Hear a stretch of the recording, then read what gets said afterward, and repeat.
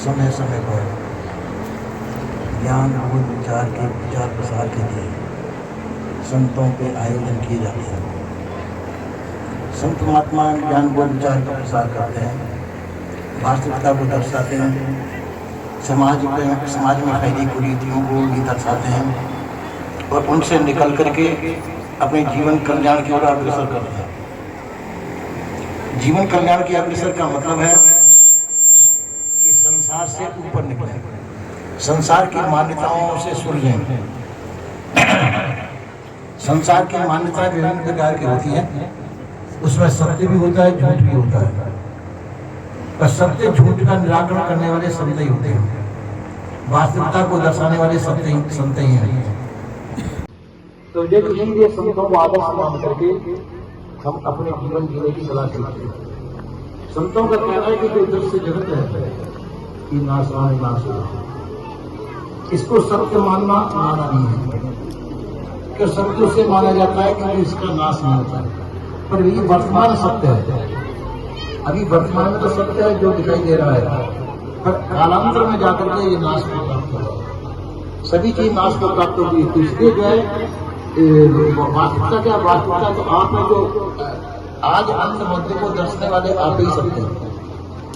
इसको मानते हैं तो हम अपने वास्तविक जीवन के लक्ष्य तक पहुंच सकते हैं, पर हम इसको नहीं जान करके हम जो दृश्य जगत जो दिखाई दे रहा है इसके ऊपर ही हम चलते हैं। दृश्य जगत को मान करके, दृश्य जगत को जान करके और इसको सत्य मानकर हम आगे चलते हैं। इसमें जो हमारे प्रति या किसी दूसरे के प्रति जो दृश्य रीति कुरीति जो दिखाई देती है उसको जानते हैं। इसको सदगुरु श्री कबीर साहब ने भी ऐसे ही देखा।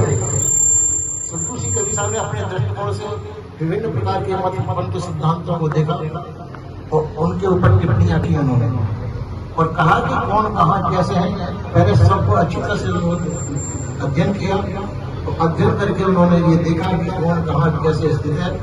उसको देख करके सदगुरु श्री कबीर साहब ने अपना मत सिद्ध किया, मत स्थापित किया।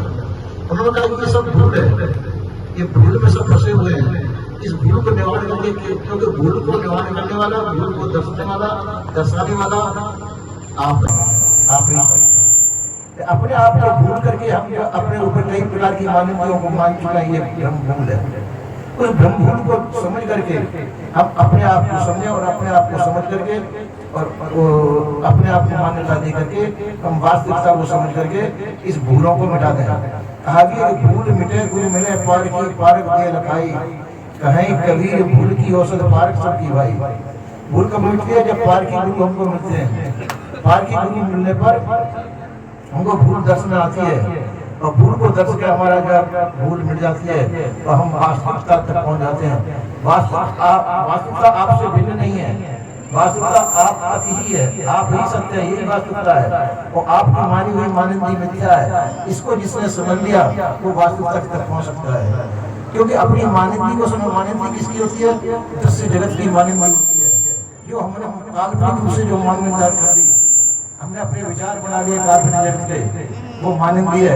इस मानंदी से रहित होकर के, ये मानंदी से हट करके हम अपनी वास्तविकता तक पहुंचे, अपनी वास्तविकता को समझें और अपनी वास्तविकता समझ के अपनी वास्तविकता में स्थित हों।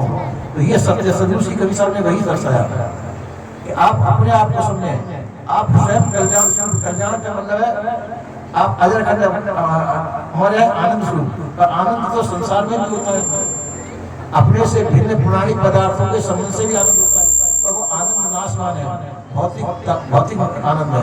उसके लिए सदगुरु श्री कबीर साहब ने कहा, उन्होंने आनंद को जानने वाला आनंद का ज्ञाता है। आप आनंद के भी जानने वाले, इसलिए जो है आनंद के दर्शने वाले हैं। इस प्रकार से समझ करके सदगुरुदेव ने कहा कि आप सर्वोपरि हैं, सभी आनंदों से परे, सभी आनंदों से ऊपर, सभी सुखों से ऊपर। क्योंकि सुख भी जो है आपसे परे है, आप सुख दुख दोनों के जनैया हैं, आप चैतन्य है, ज्ञान स्वरूप है। इस प्रकार से अपने आप को जान करके अपने आप में स्थित हो। सदगुरु श्री कबीर साहब ने दर्शाया और अपने से भिन्न जो आपने मानंदी करनी है, उन मानंदी को मिथ्या जानकर उन मानंदी का परित्याग करके अपने आप को सत्य सिद्ध करके और अपने आप में शांत हो। ये सदगुरु श्री कबीर साहब ने समझाया। बोले श्री सदगुरुदेव की